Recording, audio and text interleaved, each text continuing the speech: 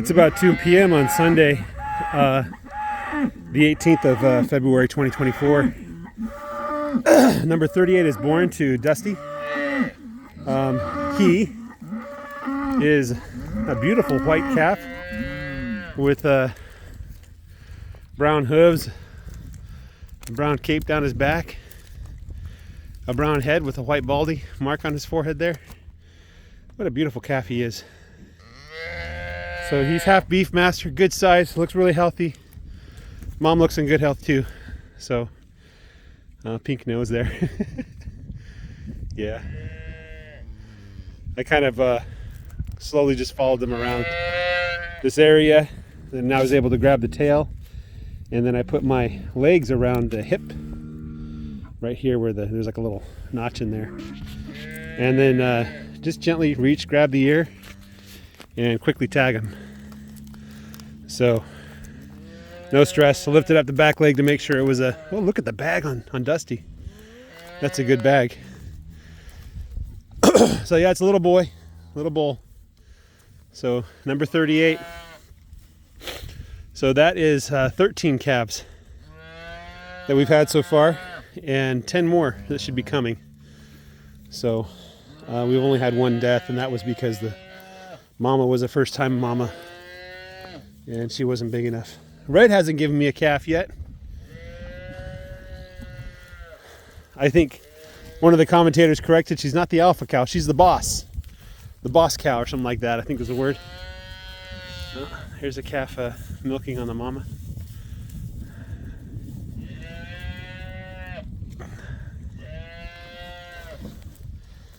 We have so many calves, it's crazy. So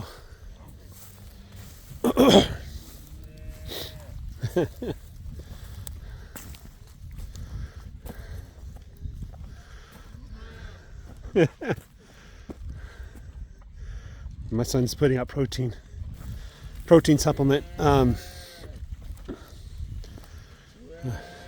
Make sure they got plenty of protein.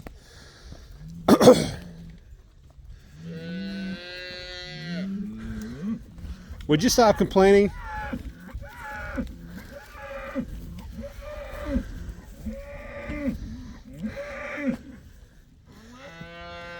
Yeah.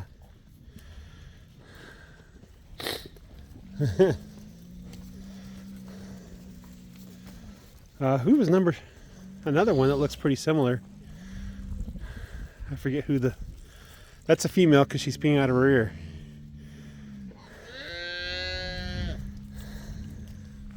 This is 413, first time mama. She was born in about March of 2021. I bought her when she was still a calf. She hadn't been weaned yet. And so I bought her mama too. You know, I love the markings on this calf. The Beefmaster's given me some beautiful markings.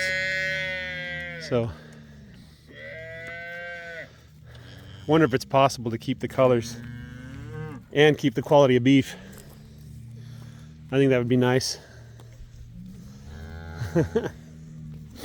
There's another little guy. I think that's a boy. You can tell he has a little dangly bit between his legs. So, all right. Well, the smell out here, it's building up a little bit. It smells a little bit like manure, but I plan on moving them tomorrow morning. They just have a little bit of hay left. I got some potatoes we forgot about that have gone, they've sprouted. So I was thinking maybe of taking one of these areas, putting some potatoes in and kind of fencing it off, you know, especially if there's plenty of hay left. I heard that planting potatoes in hay is a good way to do it. They do really well. Sweet potatoes do really well in hay, you know. So, you know, just a thought. I do know that if there's a big pile of hay like that in the field, there's not going to be any growth for like a year, 6 months to a year. It just takes that long for the ground to devour and digest the dead grass. So if it's too thick, And the grass isn't strong enough. The grass can't really poke up through it. I'll show you kind of what I'm talking about here. You can see here there's like a, no, that's hay actually. But imagine, let's look at some older stuff. There might be some. Yeah, so this is all been chewed up and trampled. This is probably a good month or two old. But you can see the green grass growing there. Imagine if there was too much hay on top of that grass, it wouldn't be able to grow. The hay would kill the grass. So, and the nice thing is the cows are trampling it in as they walk through it, increasing the organic layer of the soil. That combined with their manure and the urine and rain makes a really good concoction, hopefully for building soil. So this part of the field that doesn't grow so well will grow pretty well in the future. If you're wondering why I sound like I'm wheezing, it's because I'm suffering from the effects of asthma right now. So every breath is a chore. But getting out here and exercising, it's weird, but when I get out here into the field, the allergies aren't too bad. It's when I get home. So there's something at home that's kicking off my allergies. I don't know what it is. But out here in the field, my allergies tend to get better. And I tend to breathe a little better. So, and the trick is, with the asthma, I found is trying not to use the inhaler.